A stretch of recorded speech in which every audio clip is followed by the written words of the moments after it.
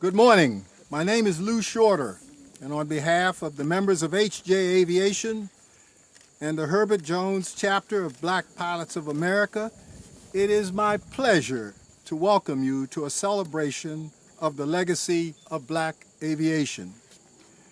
This morning is the first of two events that will honor the history and contributions of the many pilots, flight instructors, and club owners who have paved the way for many in the field of aviation today. This afternoon at 1 p.m. there will be a luncheon event to further recognize today's honorees and others who have contributed to the ongoing legacy of aviation in the Washington metropolitan area. This morning you will hear from Paul and Patricia Sluby as they provide the history of the Columbia Air Center. Then I'll read a short bio of the Honorable Christopher Hart. Also this morning, we will introduce you to those individuals who were a part of history at Columbia Air Center. They are here today. Near the conclusion of today's event, you will witness a flyover in honor of those Columbia Air Center pilots by members of HJ Aviation. We're honored and proud and privileged to have members of the East Coast chapter of the Tuskegee Airmen in attendance. We also have the rare opportunity to have in attendance some of the original Tuskegee Airmen. Would those esteemed gentlemen or their representatives please stand or simply hold up your hand? We're honored to have you here today.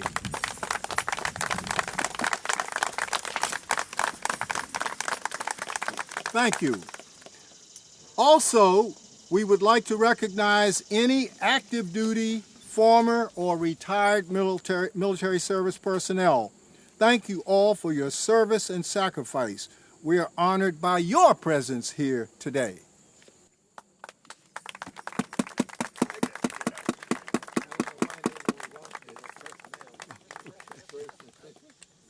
Finally, we would like to offer a moment of silence for those who made the ultimate sacrifice in service to our country and are no longer with us.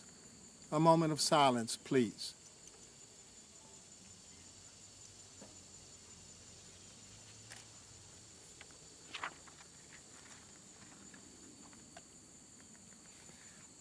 Thank you. We're delighted to have with us Paul and Pat Sluby. They are closely associated with aviation and were members of Negro Airmen International. Paul E. Sluby Sr., an esteemed author and historian, is the first African-American certified as a genealogist in this nation. Paul began his aviation career in 1963. In 1970, Paul received U.S. primary helicopter training at Fort Walters and served as the first African-American pilot with the D.C. helicopter branch of the Metropolitan Police. He rose to the ranks of instructor pilot and chief pilot with the branch. Patricia Carter Sluby, a former student pilot, gave undivided attention to numerous projects associated with the Negro Airmen International, particularly in regard to urging the preservation of the first licensed black-owned and operated airport in the country at Croom, Maryland, where we are right now, the Columbia Air Center. She is a former primary U.S. patent examiner, now a registered patent examiner, historian, and author of 3 books. Ladies and gentlemen, it is my pleasure to introduce you to Paul and Pat Sluby.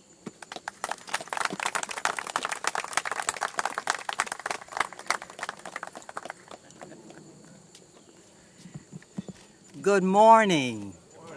Thank you, Lou, for that wonderful introduction, and I'm so happy to see you here today. It seems like you paid your dues to the sun god. We were praying for the sun. Here we are today. Can you hear me okay? Okay, good.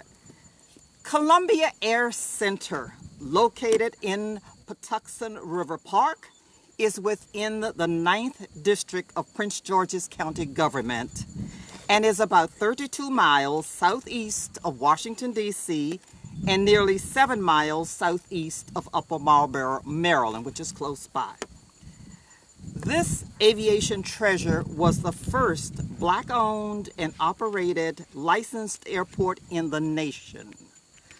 For African Americans in the field of aviation, the establishment of the Columbia Air Center is a very rare accomplishment. Due to the initiative, guidance, and foresight of the center's primary manager, aviation pioneer John William Green Jr., the Columbia Air Center as an airport flourished over a period of several decades and offered numerous services and activities for aviators of any background or gender. Columbia Air Center was an outgrowth of Riverside Field, which was founded in 1941 by the famed Cloud Club, an incorporated organization comprised of African American pilots. The club first met and flew at Beacon Field in Alexandria, Virginia, a site operated by white pilots. Early in 1941, an alleged infraction of field rules by the Cloud Club caused ill feeling between the two flying groups.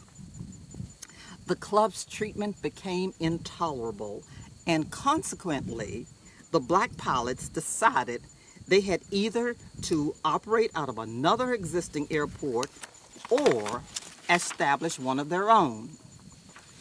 So sometime in the first several months of that year, we're talking about 1941, the members of the Cloud Club, Roland Browner, John Pinkett, Alvin Barnes, Andrew Martin, David Peter, and Charles Ware, by airplane and automobile, searched the countryside and found a field used for growing potatoes near Croom, Maryland, located on the west bank of the Potomac River here.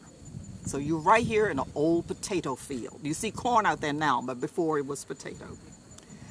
After determining the ownership of the property, the club leased the land for $50 a month. But first, the potato field had to be groomed for landing airplanes to be safe for their flying activities. Originally called Riverside Field, an obvious name and choice, the transformed site featured one east-west turf runway, a trailer for an office, and a hangar, all achieved with the financial assistance of Dr. Coleridge Mason Gill, a Washington, D.C. obstetrician and assistant professor at Howard University's College of Medicine, and a member of the Flying Physicians. Aviator William H. Rhodes was a student pilot when he flew out of Beacon Field and took his first flight from the new Riverside Field on February the 22nd, 1941.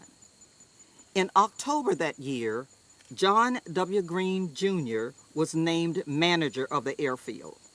He was the first African-American licensed as an aircraft and engine mechanic, and among the earliest, if not the first, to achieve the transport pilot's license.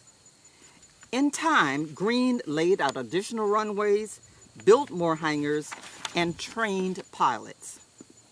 The Cloud Club had ownership of airplanes or had access to other aircraft, and in the summer of 1941 held its first of its kind air show, featuring parachute jumps, acrobatic flying, death-defying stunts, passenger rides, and more for its over 800 spectators.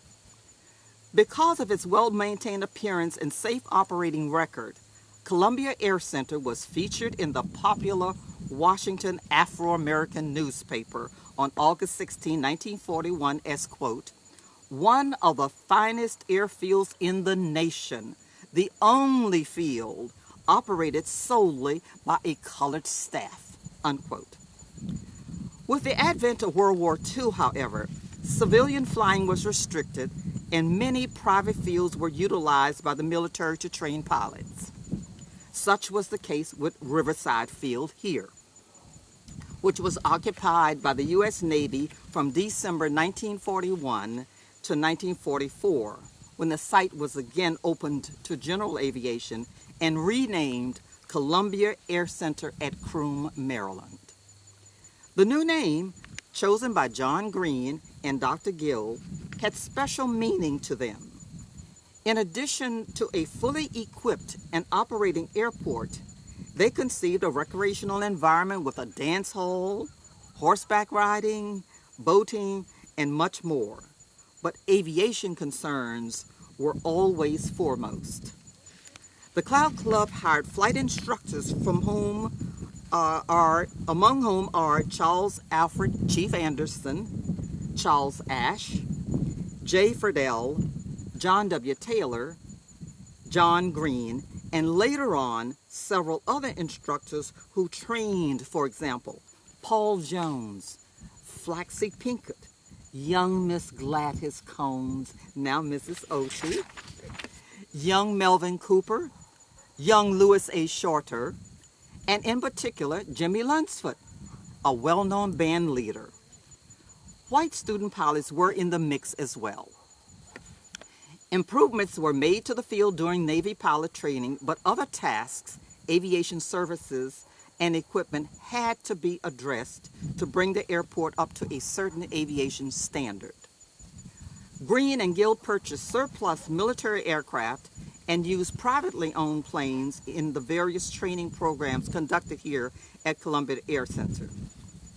John Green, in his capacity as manager of the center, flight instructor, and as a public school teacher of aviation and engine mechanics, can be personally credited with initiating many programs designed to promote youth interest and participation in aviation, and designed as well to give heart to a community interest in air navigation.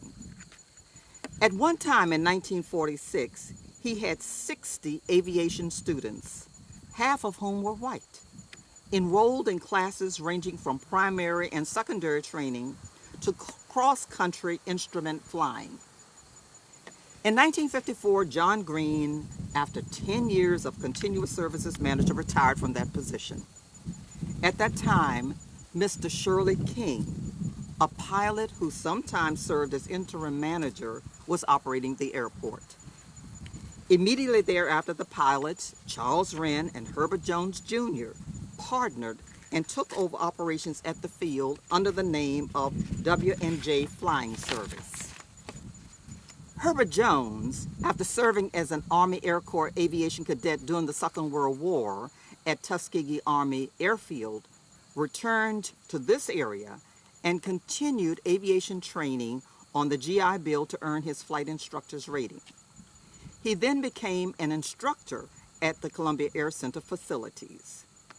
After leaving the Columbia Air Center Airport, he was employed as a corporate pilot, worked in the federal government, and operated flying schools at Hyde Field, not far away, as well as Potomac Air Park in Clinton, Maryland. Former partner Charles Wren assumed control at Columbia Air Center in 1957 and carried on management there with new aviation partners Albert Young and William L. Taylor, forming the Capital Flying Club to encourage and promote interest in aviation.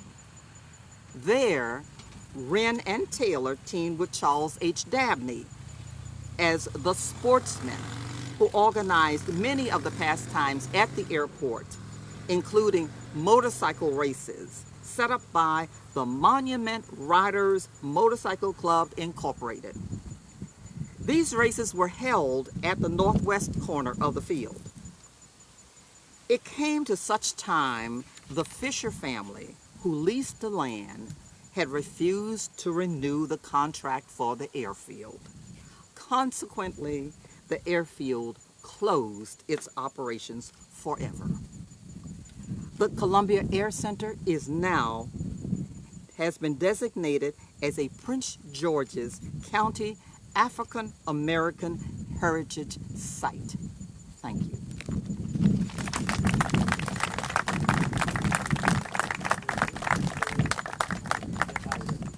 Thank you, Pat. I know a lot of work went into the research for that project. We're honored to have with us today the Honorable Christopher Hart, board member of National Transportation Safety Board. He joined the board after a long career in transportation safety, including a previous term as member of the NTSB. Immediately before returning to the board, our guest was Deputy Director for Air Traffic Safety Oversight at the Federal Aviation Administration. He was previously the FAA Assistant Administrator for the Office of System Safety. From 1973 until joining the board in 1990, he held a series of legal positions, mostly in the private sector. He holds a law degree from Harvard University and master's and bachelor's degrees in aerospace engineering from Princeton University. He is a member of the District of Columbia Bar and the Lawyer Pilots Bar Association. He is a licensed pilot with commercial, multi-engine, and instrument ratings. He also happens to be the great-nephew of the first African-American to receive his pilot's license from the U.S. government back in 1926, and that gentleman's name is James Herman Banning. We're honored to have Mr. Hart here in attendance with us today. He will be our honored guest speaker at the luncheon at the 1 p.m. event down at Tantallon. Some of you probably know about that and have tickets to go down there. It is a sold-out event. We've met with much success when we reached out to the aviation community for attendance. So you will hear from Mr. Hart there. Today we're honored to have with us some of the aviators from Columbia Air Center. It is now my pleasure to introduce you to them. Our first recipient is Mrs. Gladys Bernice Coombs Odie, born in Dover, Missouri. She attended Lincoln University in Jefferson City, Missouri, where she received a teaching degree. She taught in Missouri and then came to Washington, D.C., where she continued her studies at Howard University. It was here that her love of flying began. She saw an ad by chance when riding a streetcar and enrolled in flight lessons while working and continuing her studies. She learned to fly right here at Columbia Air Center and was one of the only few African-American student pilots at Columbia Air Center. Soon, family and work life moved to the forefront of her life. In Washington, Gladys met her husband, Miles C. Odie, and they had 2 daughters. She worked in many government agencies and retired after a career in the United States Air Force Public Affairs Office. I am pleased to recognize Mrs. Gladys Odie for her contributions to the legacy of aviation and her contributions here at Columbia Air Center.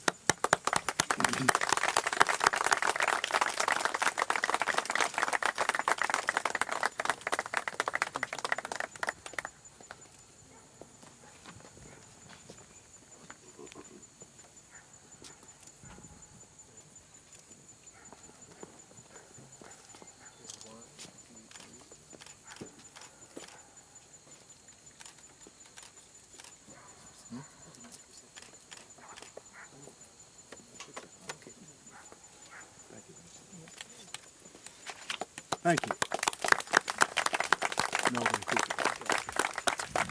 Mr. Albert Young, born in Brandy Station, Virginia, he earned his pilot's license with John Green right here at Columbia Air Center, and he held many roles here at Columbia Air Center, bookkeeping being one of them. And eventually he became a co-owner of Columbia Air Center after John W. Green retired. We would like to recognize Mr. Albert Young for his contributions to the legacy of black aviation.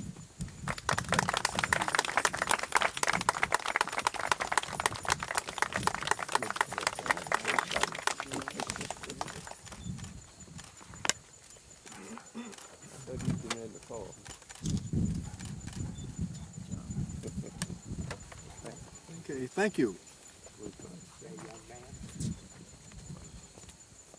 Our next honoree, Herbert H. Jones, was a pilot and instructor at Columbia Air Center.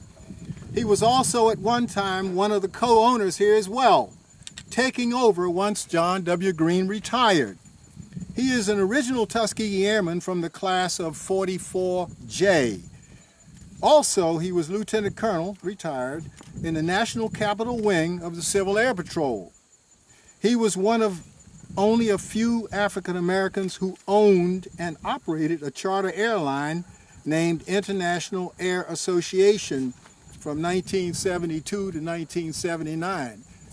That was a 4-engine airplane that brought or took passengers who were going on vacation from the United States down to the Caribbean. So they operated 5 years.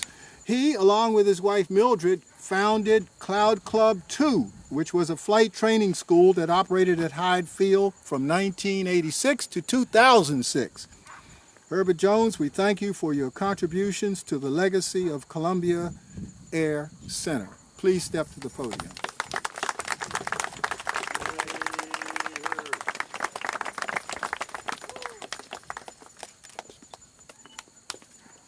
Okay. Just step over this way for a little while. Okay. Okay, ready? 1, 2,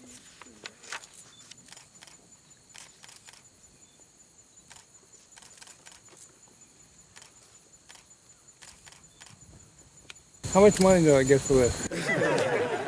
Thank you, Mr. Chairman. Okay. You set it. It's in the mail. The next, this is somewhat of a surprise to me, but my name is here. Lou Shorter is the next recipient. I was a student of John W. Green's at Phelps Vocational High School. In fact, Mel Cooper was one of my classmates. Mel went on to graduate. I dropped out because I thought I knew more than the teachers. However, when I got out into the world, I found out I didn't know what I thought I knew. So I went back to school, back to Mr. Green's class, and finally graduated. I took up aircraft mechanics there, as did Mel Cooper.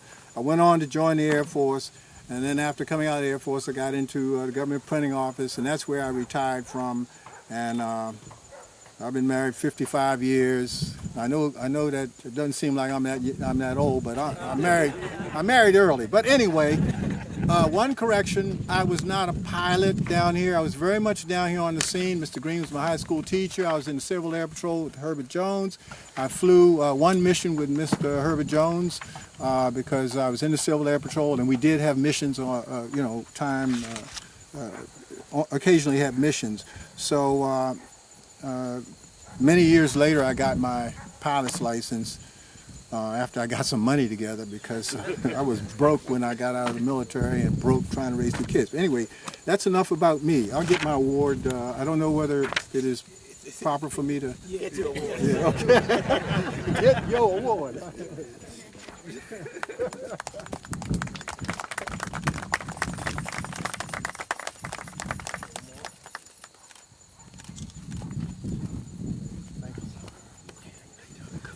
Thank you very much. Has Mel Cooper shown up? Oh, no. Captain Fred Pitcher. Captain Fred Pitcher is a native of Washington, D.C. and is a graduate of Cardozo High School. Captain Pitcher started his career in aviation as a member of the Civil Air Patrol. We would like to recognize the achievements of Captain Fred Pitcher for his contribution to the legacy of black aviation. He learned to fly right here also at Columbia Air Center in the years 1953 and 1954 as a member of Civil Air Patrol's Columbia Air Squadron. And he was the first African-American pilot hired by Western, now known as Delta Airlines, back in 1965. Sir, we give you a great hand. We honor you. Thank you very much for your accomplishment.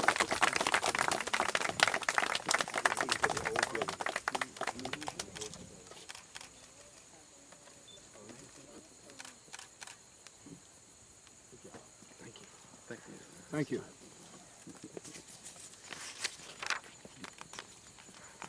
Mr. William Fontroy is our next honoree, and he's a native of Washington, D.C., and he is an original Tuskegee Airman from the class of 45, letter I. He flew at Columbia Air Center with Mr. Herbert Jones and John W. Green. He's a Howard University graduate with a B.S. in civil engineering, and he attained that degree in June 1960. He was an urban planner for the Washington Metropolitan Area Transit Authority, and he retired from there after 23 years of service. It is our pleasure to recognize Mr. William Fontroy for his contributions to the legacy of black aviation. Thank you.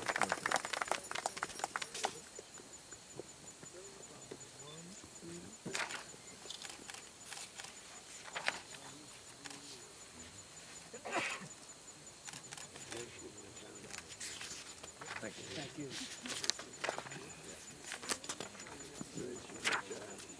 Oh, yeah. On behalf of Black Pilots of America and HJ Aviation, I'd like to thank our honorees for their contribution to the legacy of black aviation. Speaking of HJ Aviation, for those of you who may not know, HJ Aviation was named in honor of one of our honorees, Herbert H. Jones.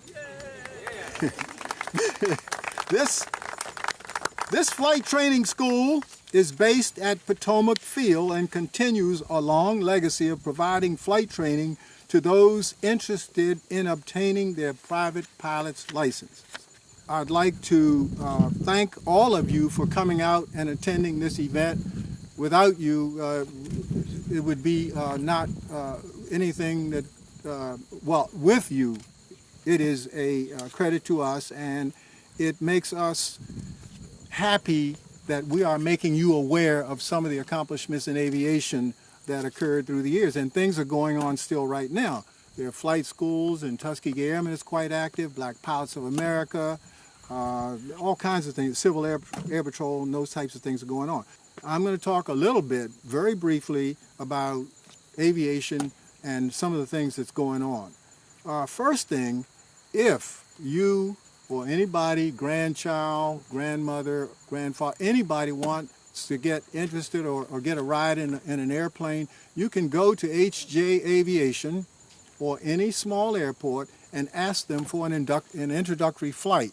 It'll probably cost you somewhere between, I'll say, $75 or $100, and you probably can get a half-an-hour increment, but you will be allowed to go up with an instructor with a dual-control airplane, and that instructor will take you through some of the basic maneuvers that you need to use to fly an airplane. Are there any flight instructors, ex-flight instructors, or ground school instructors here? If so, raise your hand. Okay, now these gentlemen with their hands raised, yeah, give them a hand. What I'm talking about, I'm just kind of hitting the high notes, but what I'm talking about is aviation is open to you. You probably could get your license over a period of a few months or even a year or two for the price of a good used car. Don't tell them how much they No, yeah, the price of a used car. And you're taking a lesson at a time, and they slowly allow you to build on the skills as they teach you. But if you're in doubt, just ask for an introductory ride. On the Tuskegee Airmen, nobody's paying me to say this or anything like that, but Tuskegee Airmen has a youth program, a youth in aviation program, and my grandson joined the program a few years ago. Tuskegee Airmen is very much alive and well, and I believe, correct me if I'm wrong, you can join the Tuskegee Airmen as an adult. You don't have to be a pilot. Is that correct, sir? Today. Huh?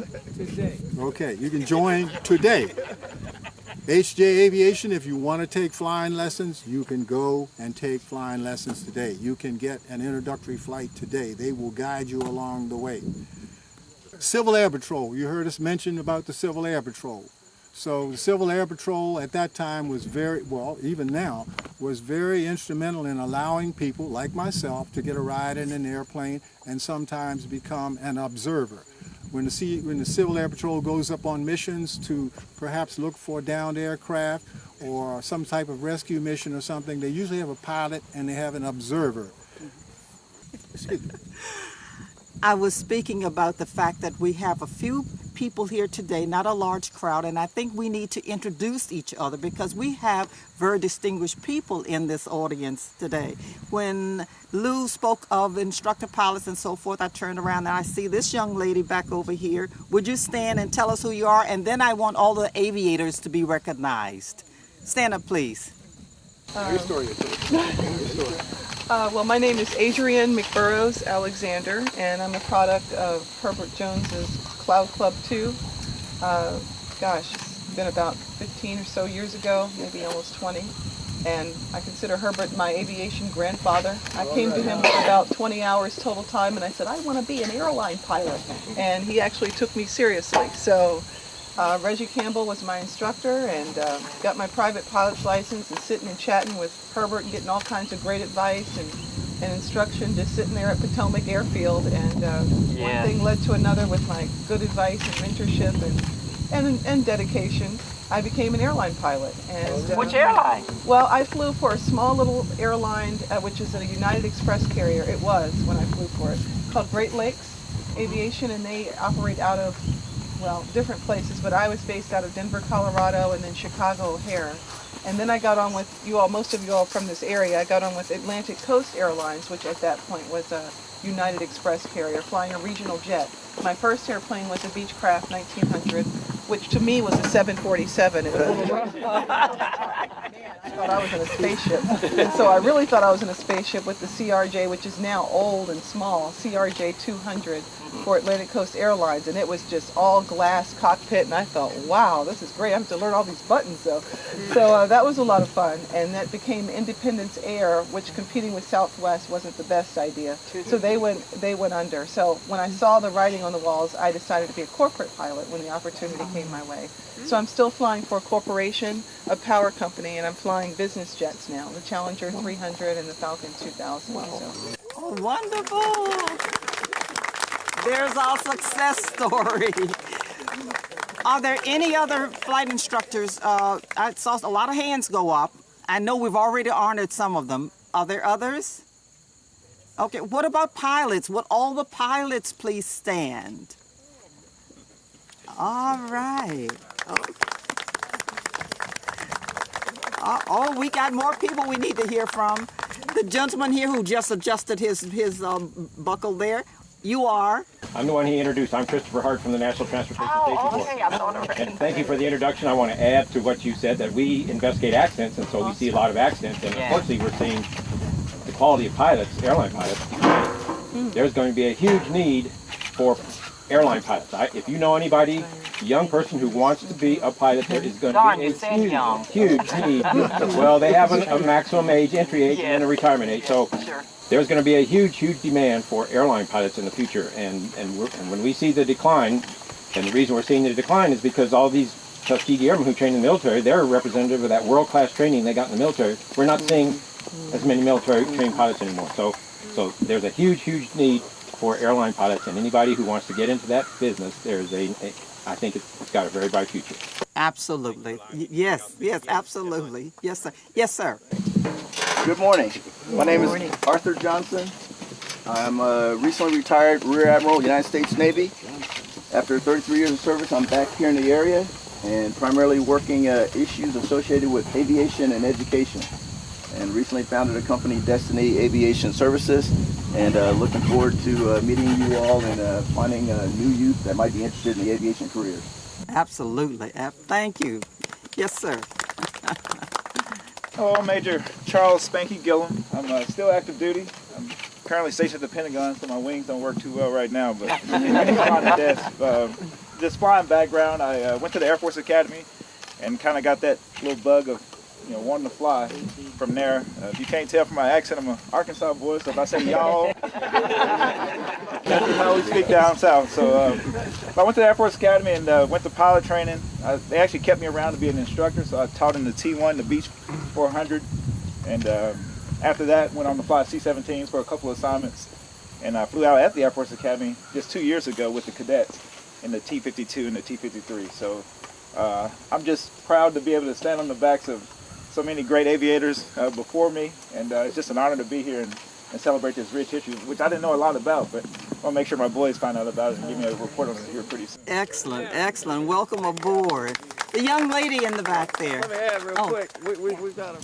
Well, I'm just like what he just said. I'm Deborah Keith. I'm an educator, and my uncles were Tuskegee Airmen of the 332nd of the 99th. So I'm trying to just follow in their footsteps, and I'm like you.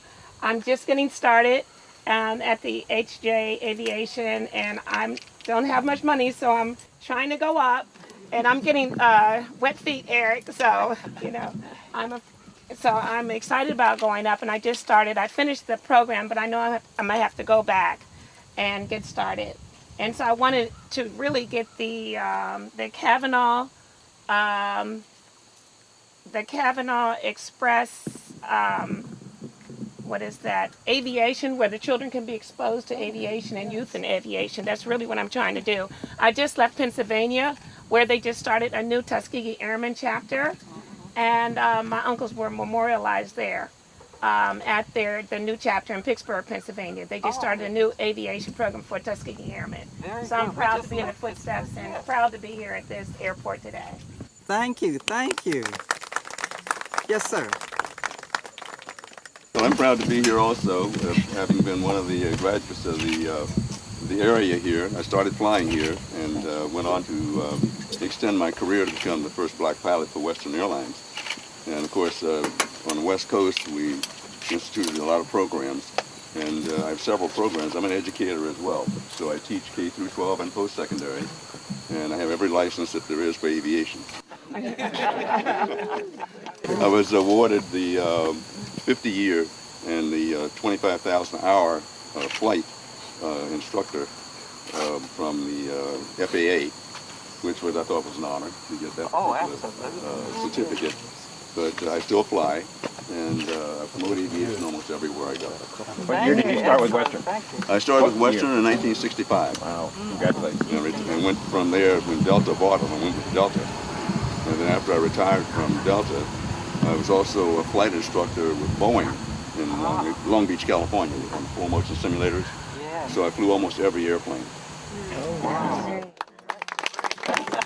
Well, good morning, everyone. Good morning. I'm Command Sergeant Major Stable. I'm with the United States Army, still active duty.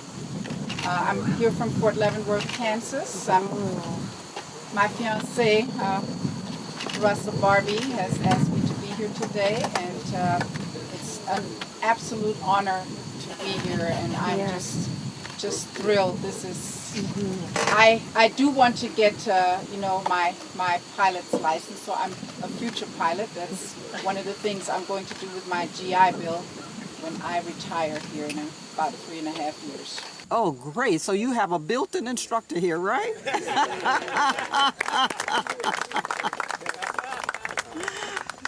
Thank you. Did I miss someone? Is there someone else? Somebody's being shy? Who's being shy? Yes, sir. Hi, my name is Nelson Evans, and I got my pilot's license through HJ Aviation. I remember you when you were a flight student, because we did the CNN thing that day. We did, I remember that. Yeah, we did that. Right now, I work with the Youth and Aviation Program with Tuskegee Airmen.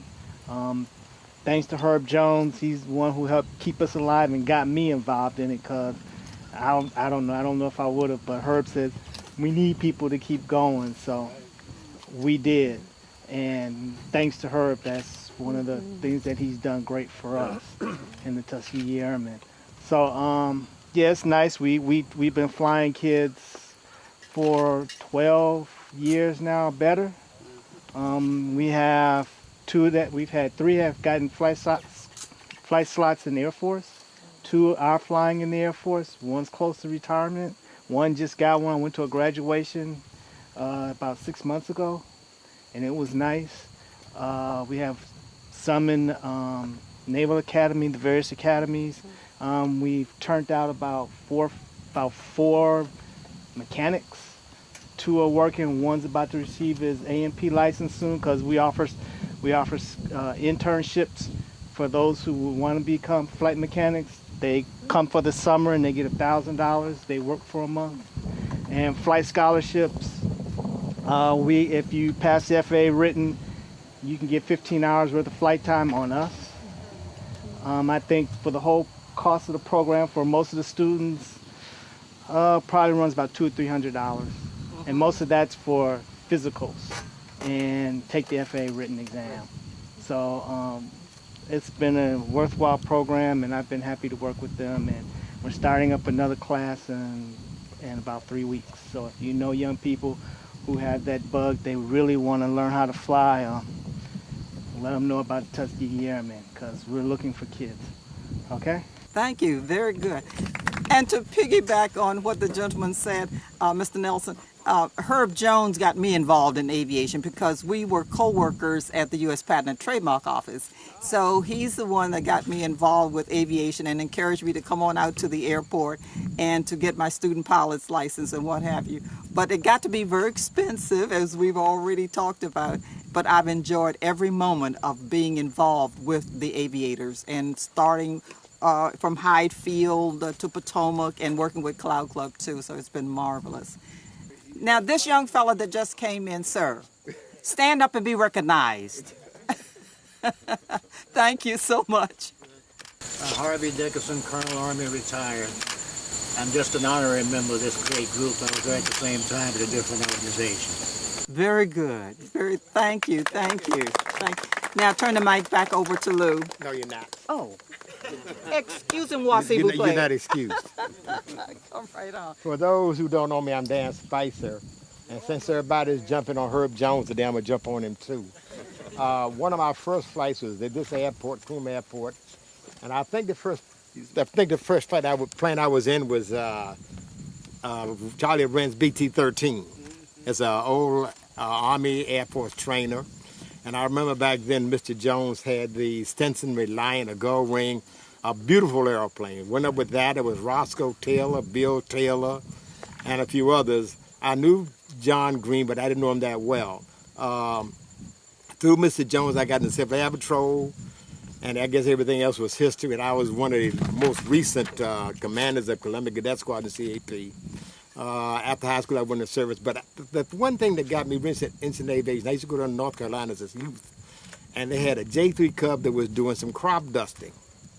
And I fell in love with the J3 Cub, and I still love it. A few years ago, Mr. Jones and Mr. Young and a few people said they're going to get a J3 Cub. You know how that worked out. But anyway, I want to thank Jones and Charlie Wren, who's not here, and a few other people who have been very kind and nice to me, and having had that and had the experience. I do have a license, and I've owned a few aircraft and stuff like that. But anyway, I've said enough. Thank you. I'd be remiss if I didn't mention the name of George Banks, who introduced me to flying. George was an old-time aviator. I started flying with him in '63 in his beloved Navion, and we made many trips in that, and I'll never forget his introducing me to aviation, and my telling him I was afraid of heights and I didn't want to go up in an airplane. And as soon as he took me up, we landed. I went in and took my lessons in memory of George Banks. Thank you very much. Well, thank you all. I thank you all for your comments. It's not over yet. I'm going to bring Eric Woods. Good morning. First, I'd like to say my name is Eric Woods. I am the president-elect of the new Herbert Jones Jr. chapter of the Black Pilots of America that will be instituted this coming January in honor of Mr. Jones. I want to take a minute to give a shameless plug for one of the biggest things the Black Pilots of America Association does is the Summer Flight Academy. For over 40 years, we've done a 2-week Summer Flight Academy in Houston, Texas. We have typically 12 to 16 disadvantaged youth from ages 16 to 19. They get 10 hours of flight instruction, 40 hours of ground school, and if any of them have shown that talent after that time period and the instructor signs off, we also allow them to solo in the aircraft. What we get most out of that is a way of making STEM come to life. Science, technology, engineering, and mathematics. using the airplane as a lure. We're able to get kids interested in the plane, and then they naturally want to know, well, how does it fly? And that's when that door opens and that light of understanding goes off. And that's our opportunity to have them take away not only the flight experience and STEM and aviation, but how STEM is relevant in their everyday lives. And they take that with them when they come back to their various cities. So we have a display table at the luncheon today, so you'll see a little bit about that also. Thank you so much. Would you talk about the compass rose briefly? Oh, you can talk.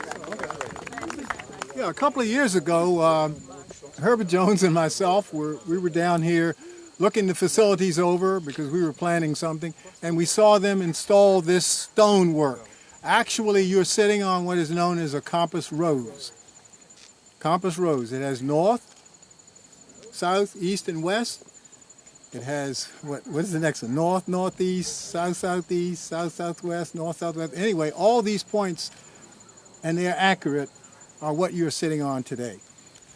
Well, I want to thank the Jones brothers. These guys are some dynamic guys. They're not pilots, but they know a lot about aviation now because they worked hard to pull a team together and to put this event over. Herbert Jones III, Christopher Stevens, Eric Woods, Russell Barbay, Nelson Evans, Cheryl Morse, Jean Bethel Gross, and Rodney Jones. For the support team, Christopher Hart, Pat and Paul Sluby, Matheson Communications, Maryland National Capital Parks and Planning Commission. They're the ones that set all this up for us, and they maintain these facilities. I'd like to thank you all for your support in making this event possible.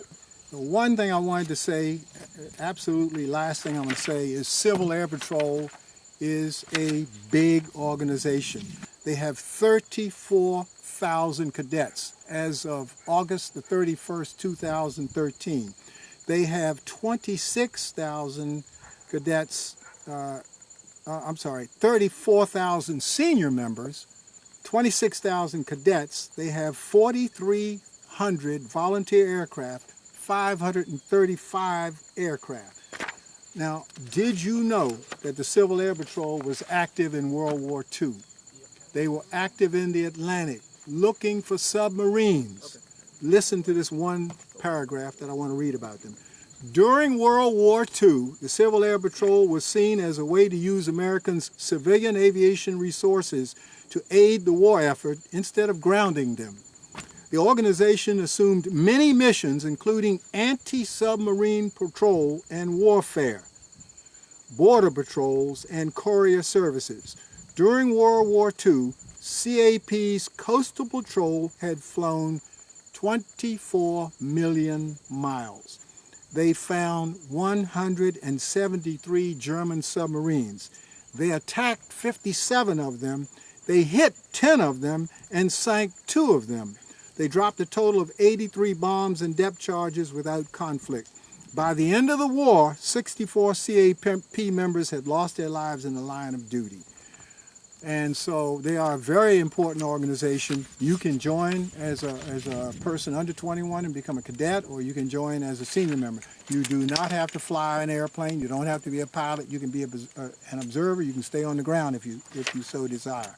They're involved in search and rescue, disaster relief, humanitarian services, Air Force support, and the last one, which is quite prevalent in our society today, counter-drug activity. Since we're talking about Civil Air Patrol, I'd like to put a plug in for it. I joined Civil Air Patrol right here at Croom, Maryland. Yes, sir. John Green. Yeah. And continued in Civil Air Patrol. And when I went overseas to work, I was with several of the military bases that had cadet programs, and I worked with them. I came back here to the U.S., joined the Civil Air Patrol squadron on the West Coast in California, and worked my way up to the rank of Lieutenant Colonel. I was the Aerospace Education Officer for the state of California. So we've done a lot with Civil Air Patrol over the years, and I'm still involved with it. Well, that's it. Thank you very much. See you next year.